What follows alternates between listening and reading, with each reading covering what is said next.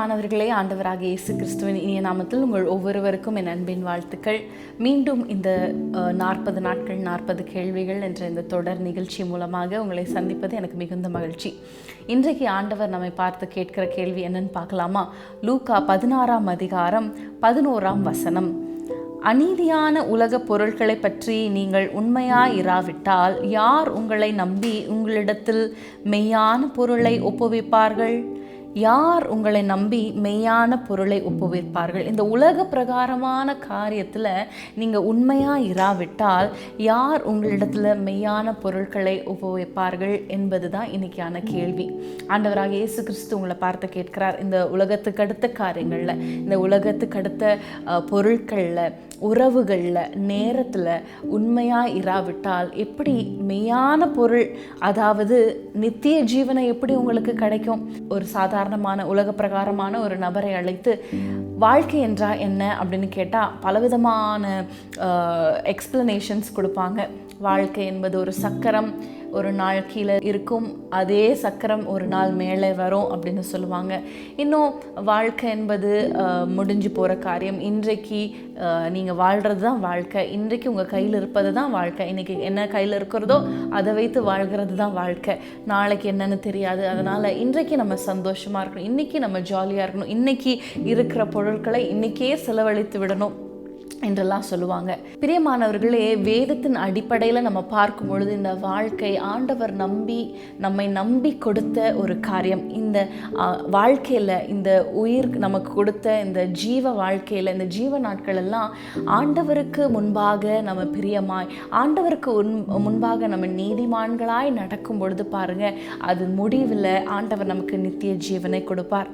பொதுவாக நம்மளுடைய நாட்டில் பார்க்கும் பொழுது நமக்கு சொந்தம் இல்லாத காரியமாக இது என்னோடது இல்லையா, இது எப்படி வேணால் பயன்படுத்தலாம். பொதுவாக நம்ம ஊரில் பார்க்கும் பொழுது பப்ளிக் ப்ராப்பர்ட்டியை எப்படி நம்ம யூஸ் பண்ணுவோம், மற்றவர்களுக்குரிய பொருட்களை நம்ம யூஸ் பண்ணுவோம்.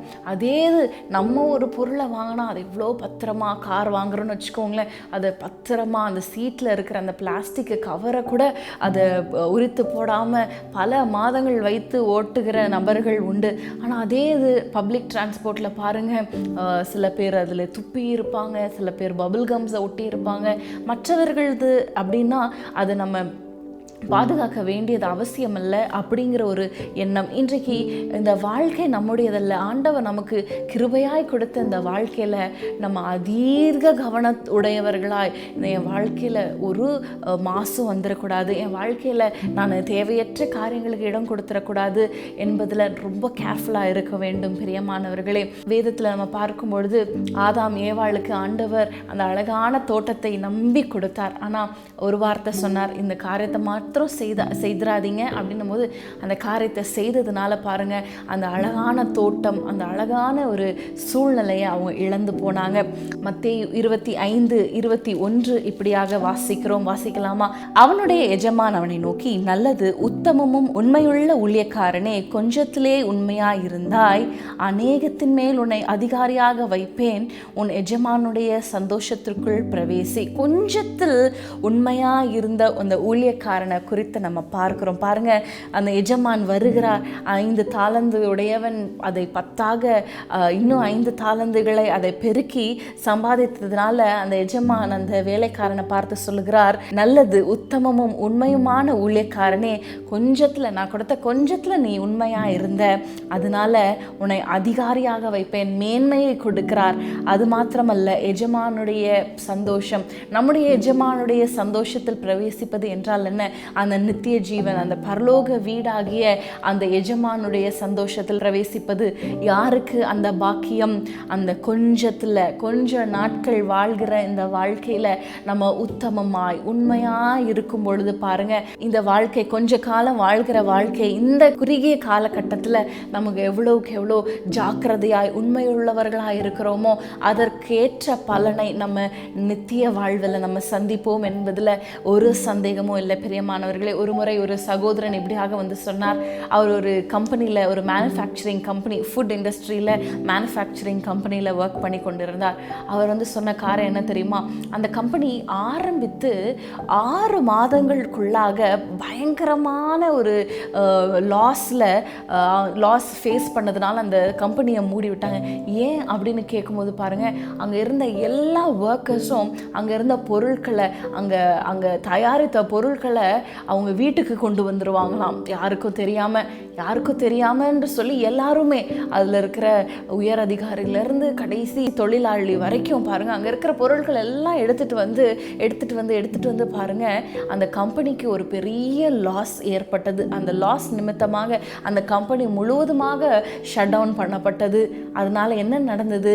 அங்கே வேலை செய்த எல்லாருக்கும் வேலையை இழந்தார்கள். பாருங்கள், கொஞ்சத்தில் அவங்க உண்மை இல்லாததுனால இதை எடுத்துகிட்டு போகலாம், இதில் என்ன ஆக போகுது, இது ஒன்று நான் எடுத்துகிட்டு போகிறதுல என்ன ஆக போகுதுன்னு நினச்சி பாருங்கள், ஒவ்வொருத்தரும் உண்மை இல்லாததுனால கடைசியில் வேலை பறி போனது. ஆயிரக்கணக்கான குடும்பங்கள் வருமானம் இல்லாமல் தத்தளித்ததை நான் கேள்விப்பட்டேன். பாருங்கள், கொஞ்சத்தில் உண்மை இல்லாத ஒரு காரியம். பிரியமானவர்களே, கடைசியாக ஒரே ஒரு வசனத்தை மாத்திரம் வாசித்து நம்ம முடிக்கலாம்.